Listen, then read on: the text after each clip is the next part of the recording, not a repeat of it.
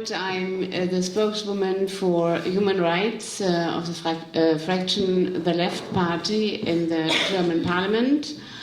I'm afraid I'm not an expert on the Sinai, but I have started dealing with this issue and then tabled an interpellation, that means asking questions to my government or to our government last October.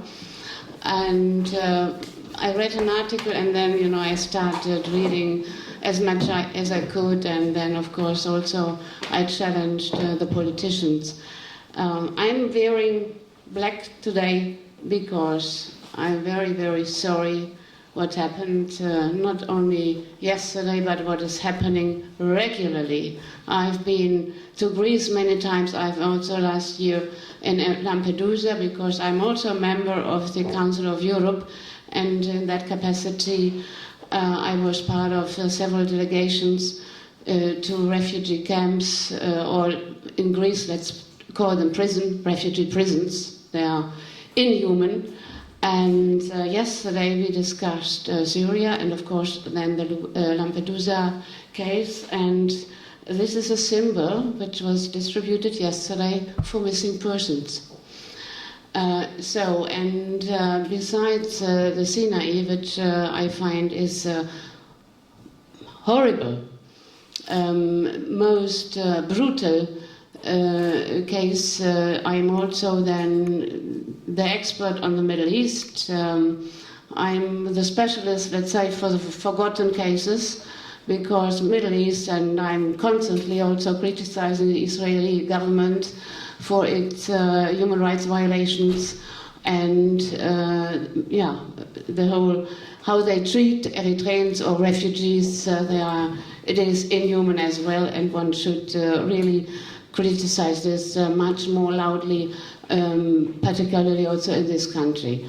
It is not enhancing a political career, therefore there are very, very few politicians who are dealing with the Middle East and human rights violations, and I was also criticized for that, but still this is for me a moral duty, and wherever human rights violations occur, we should loudly speak against it and protest against it and try to put pressure on governments to improve the situation.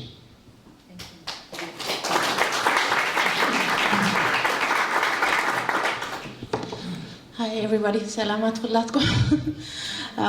Actually, I hate this part, introducing yourself. I prefer all the time that people introduce me.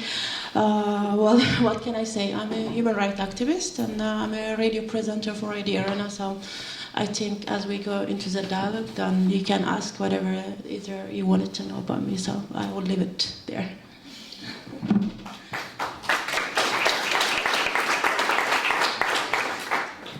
Yeah, and you know me already, so I think we got in touch maybe 6 or 8 months ago for the first time, and Meron is something like a core element in the fight against human trafficking of Eritreans and other African migrants in the Sinai Peninsula. So I'm sure I'm very happy to meet you here in person and to be able to discuss this issue here. And I'm a journalist, I'm a writer, I'm based in Berlin. I'm specialized in African and Middle Eastern subjects. I've been to Eritrea myself,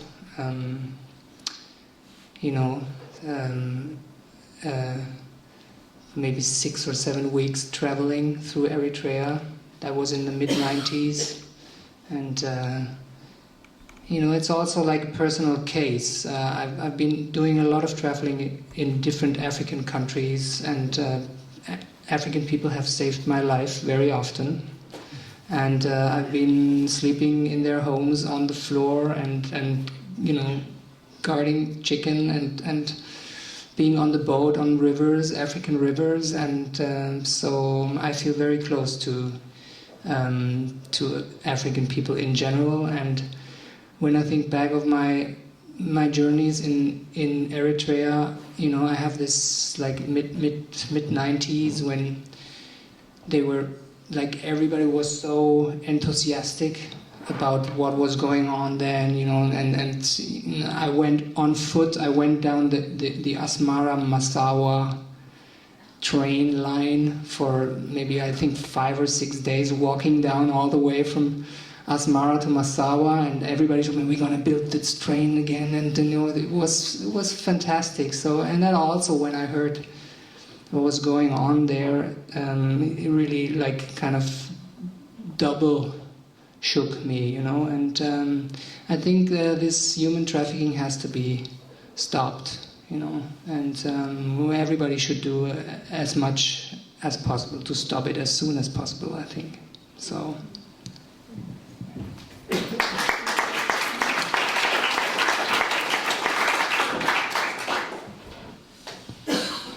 Meron, you didn't want to introduce yourself. Of course, I also have some lines here. If you only say 1 or 2 sentences. No, but I mean, yes, as Michael already said, you are very, you have been putting a lot of work, courage, engagement into the topic of human trafficking, and also regarding the Eritrean cause, and also co-founded the International Commission on Eritrean Refugees. And you also wrote a book about it. And last June you wrote that you have been to the Sinai, and that you also met with religious and tribal leaders while you were there. And I wonder, what did you find out when you were there? And you were also saying that you identified torture camps, and yeah. So maybe you'd like to say something. Okay, thank you, Michael. Thank you, Sabine. I went to Sinai. Actually, we were supposed to go together with Michael, but unfortunately, I had to change the date, so he went without me since he couldn't change his. So when I've been planning to go to Sinai actually for almost 2 years, but every time people has been telling me it's not safe, or some people would say, wait, we'll take you there and we'll let you know when we would go. And for that reason, it has been postponed for a very long time. And at first we were planning to go in March, and then it was changed to May. Sadly, I went 5 days after Michael. Anyway, so when we went to Sinai, we had one contact person that we were planning. This person would take us to where the torture camps are. Unfortunately, when we arrived there, we didn't feel secured, or we didn't feel comfortable with the person that we were planning to go with to begin with. So we just met we were very lucky. We met one of the best fixers around Sinai area, where every journalist used, but we didn't even know that this was the person. So we just happened to meet in our hotel. Somebody said he lives in that area, so we approached him. We said, can you take us in the area? And he said, we discussed, and he said, yeah, no problem. Make up your mind in 5 minutes. He said, I'll wait for you for 5 minutes. If you don't come, then it's too late, because he had to go. And since we didn't know the guy, we just met him at the balcony of our hotel, and we're thinking, should we go with this guy that we don't know of, or what do we do? Anyways, it took about an hour, so he left without us.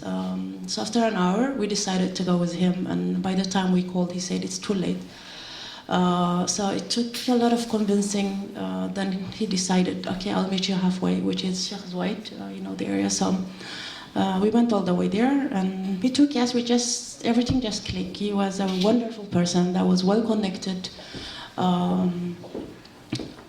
And I had so much plans of in the area. I mean, he probably has taken about 150 journalists to the area.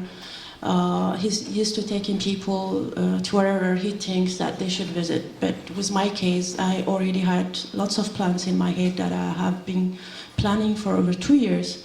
What I would like to do if I go to Sinai. Plus, I don't want to go to the same people that we read in the newspapers. Like, most of journalists that have visited Sinai, they would go there and cover the same stories, where they would meet one or two faces that we are very familiar with, and get back and come back with the same report. So for me, I was interested to meet with the ordinary people. What do the people think about us? Do they know why we Eritreans are here to begin with? Because whenever I read in newspapers, there is something that irritates me, which is Eritreans trying to cross to Israel, then get kidnapped and then was extorted. But I always try to tell them, first of all, don't call them refugees, these are hostages, because a lot of journalists refer to the hostages as refugees.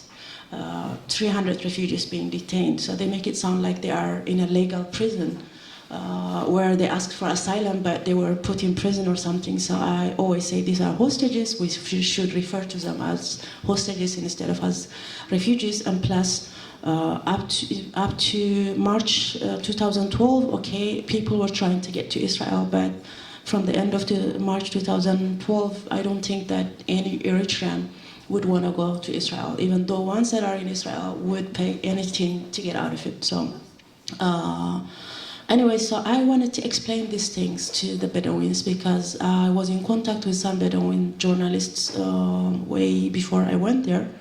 And all of them, whenever I have a discussion with them, they will all say, yeah, well, it's your problem, why do you want to go to Israel? And I always try to convince them, but these people, they don't want to go to Israel. These are people that were kidnapped. Their main destination was Sudan.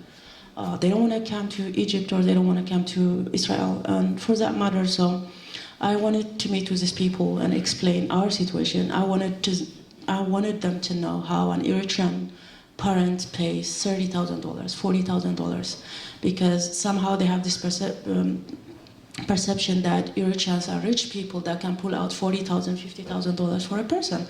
And I wanted to explain to that, where does the money comes from? How do we collect all this money? So anyway, so the first day when I went there, I met this Salafist leader who's also an Islamic High Court judge. So we sat there, and at first I was just discussing with him, and he was telling me how it's all Israel doing it. Israel does that, Israel does that. And I was saying, but you cannot blame on Israel.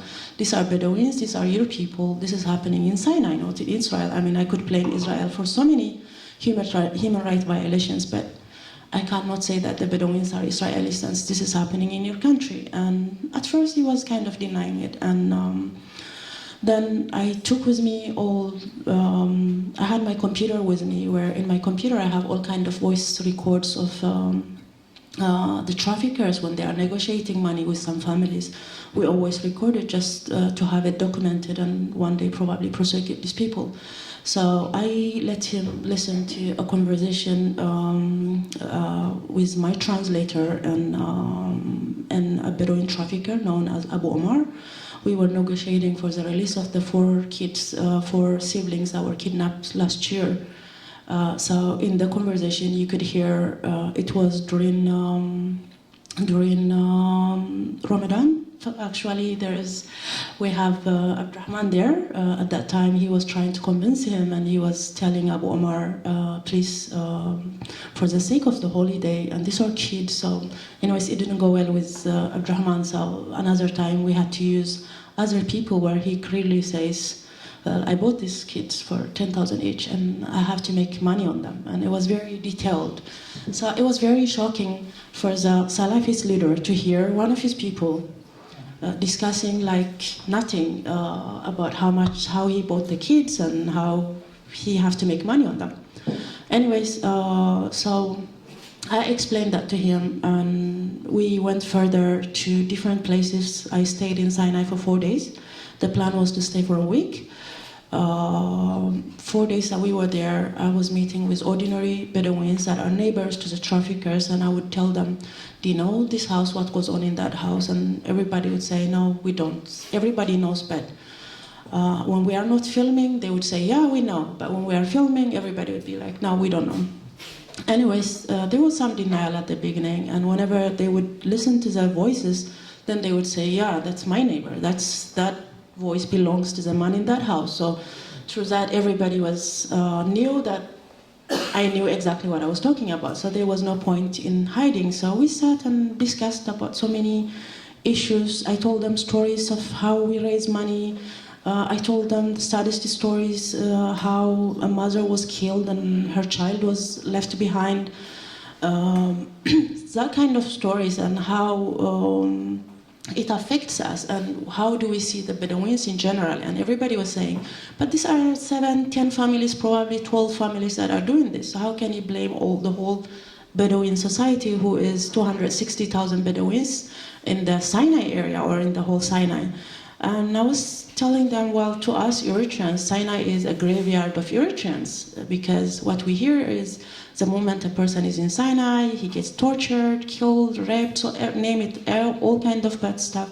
That's what we connect when we hear the name of Bedouins. And a lot of people were getting really angry, saying, but we are good people. And some people were offering me, please stay with us for a week, we will show you hospitality so that you can go and tell your people. I'm like, okay, I've seen that you are good people, but at the same time, you have to work hard. We have to work together in order for your name to change, and for my people to know that you are good people as well. So that was that kind of meeting that I have. Maybe later I can discuss about how we identified the houses. Yeah. Yeah.